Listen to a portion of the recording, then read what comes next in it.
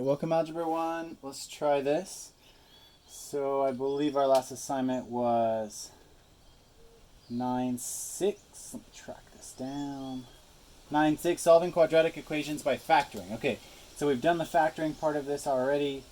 Now we need to actually do the exercise problems. How's it looking? Good. All right, let's give this a try. Okay, so if you read the content and listened to the video, you'd be able to answer, what is the zero product property? So the zero product property is the situation when you have put everything from the quadratic on one side of the equation and then a zero on the right. Okay, and then when you factor everything on that other side where all of your quadratic is, you get two factors that kind of look like these two here. See if I can point at stuff. Make this make sense. I'm going to zoom in a ton. Yes. So you get a set of factors normally. Yeah, perfect. You get a set of factors, kind of like this in the next example. Being multiplied by each other, two binomials being multiplied by each other equaling 0.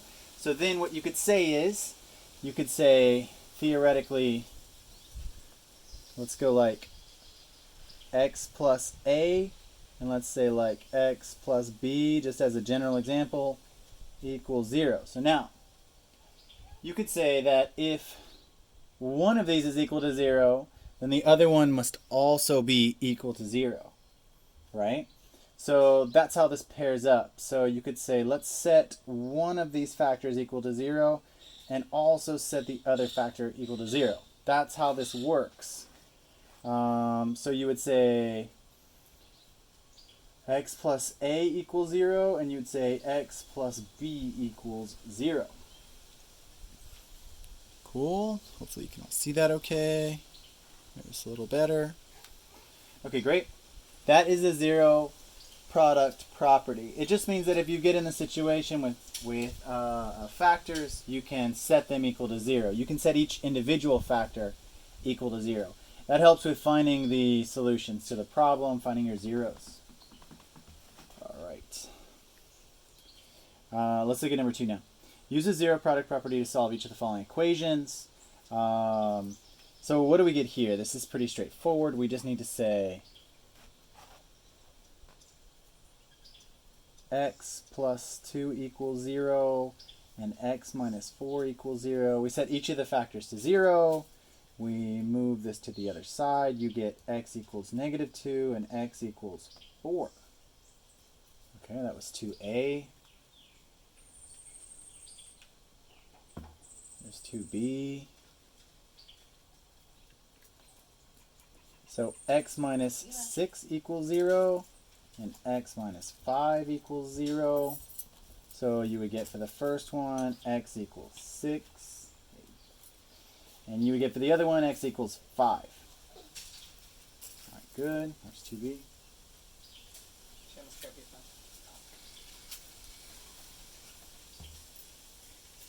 There's 2c. All right, follow the exact same pattern again. X plus 5 equals 0 and x plus 10 equals 0. Minus 5, minus 5. We get x equals negative 5. And you get x equals negative 10.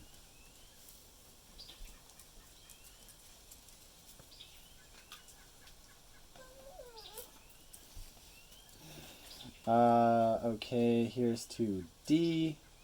So here it's getting trickier finally. So now we have a monomial and we have a binomial, but it doesn't change how we solve this. You can set each of these factors equal to 0. So the first one would just be x equals 0. And the other one would be x minus 7 equals 0. So x would equal 7 and 0. All right, cool, that's 2d. How about 2e? Okay, 2e is a little bit more complicated.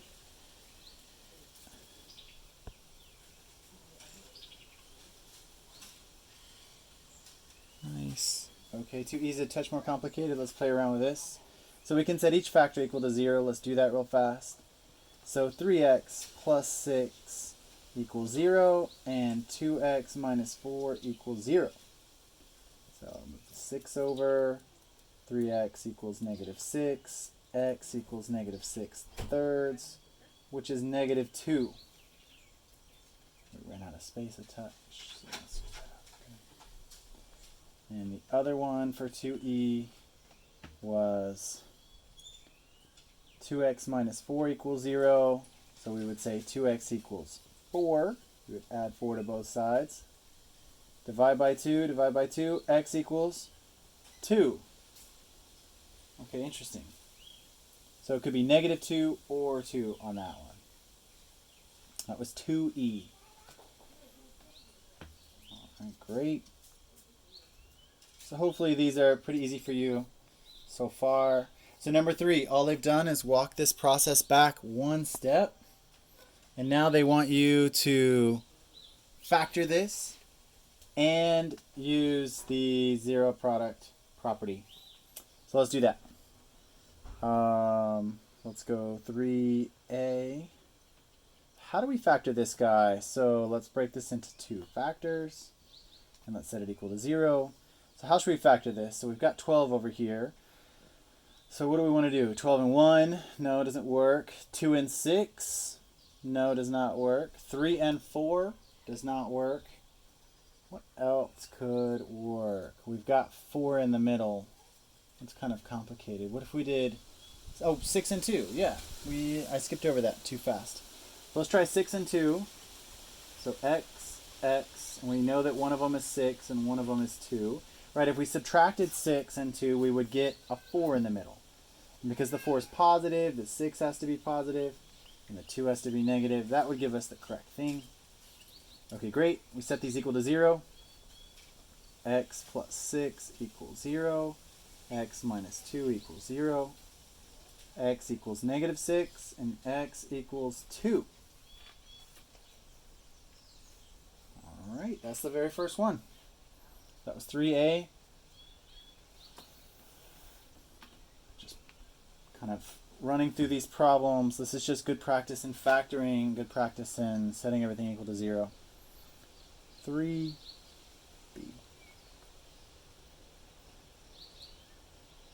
Okay, are we ready?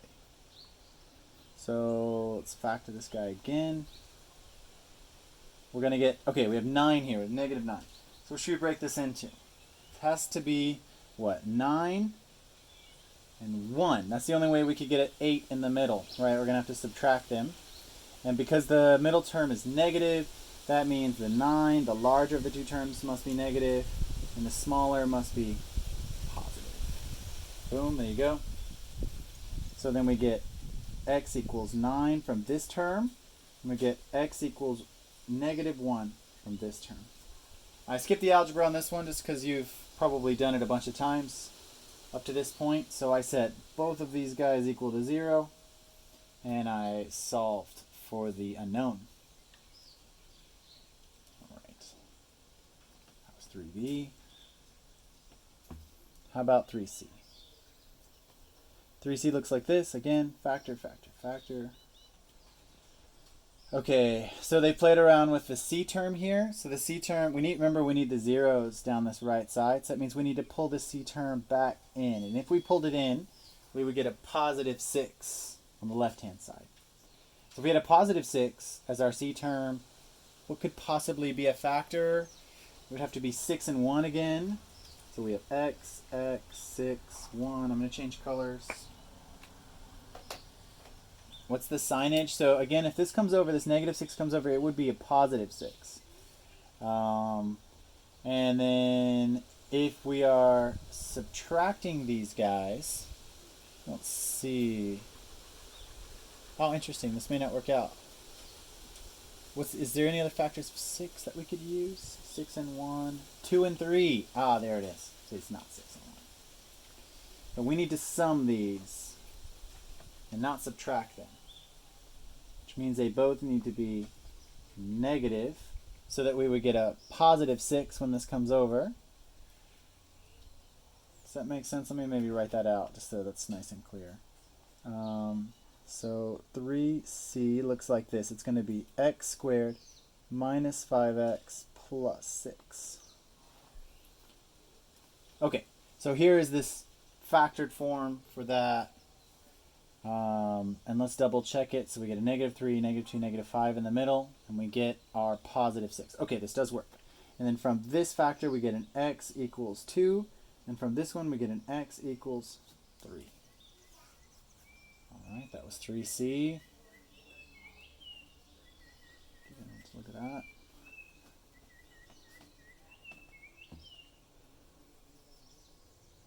Okay, 3D. One of the easier ones, but maybe tricky if you've never seen this before. We just need to factor this normally. This is just two terms. They both have an x in them. So we can factor out an x, right? And we can say x equals 0 and x equals 3. Cool, as easy as that. It's a good one. Very similar to the previous one. Okay, great. Finally, 3e. All right, we've got some weirdness here. How are we going to factor this? This is kind of bizarre, right? So that leading term, this leading a coefficient is not 1. So that makes our factoring process way harder. So let's see how this plays out. So that means that we're going to have some 2x and an x here. And then we're going to have 3 and a 1 as our c. So let's see. 2 times 3, 6. Yep. Okay, so let's just play around and let's guess this. We know we have a 3 and the 1. Let me just throw the 3 there and the 1 there. We know everything's positive, so that's easy enough. We can double check this real fast. So 2x squared plus 6x plus x plus 3. Okay, good. We get our 7x in the middle. We factored that properly. Great. So now we can set these guys equal to 0. 2x plus 1 equals 0. X plus 3 equals 0.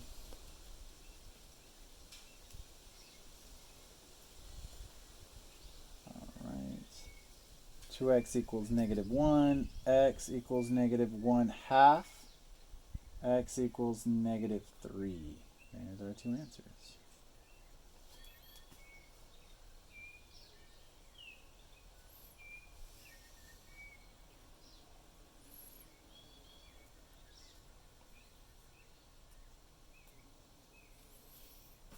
Sweet.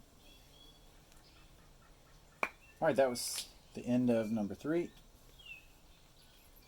You guys can always write back or contact me on WhatsApp or however you'd like and ask me to redo one or do one in more detail. It's really up to you. Just let me know what you're struggling with. Okay, that's it. They didn't add any extra problems to Excel. That is totally it. Here we go. Here are the answers. So you can double check your answers yourself.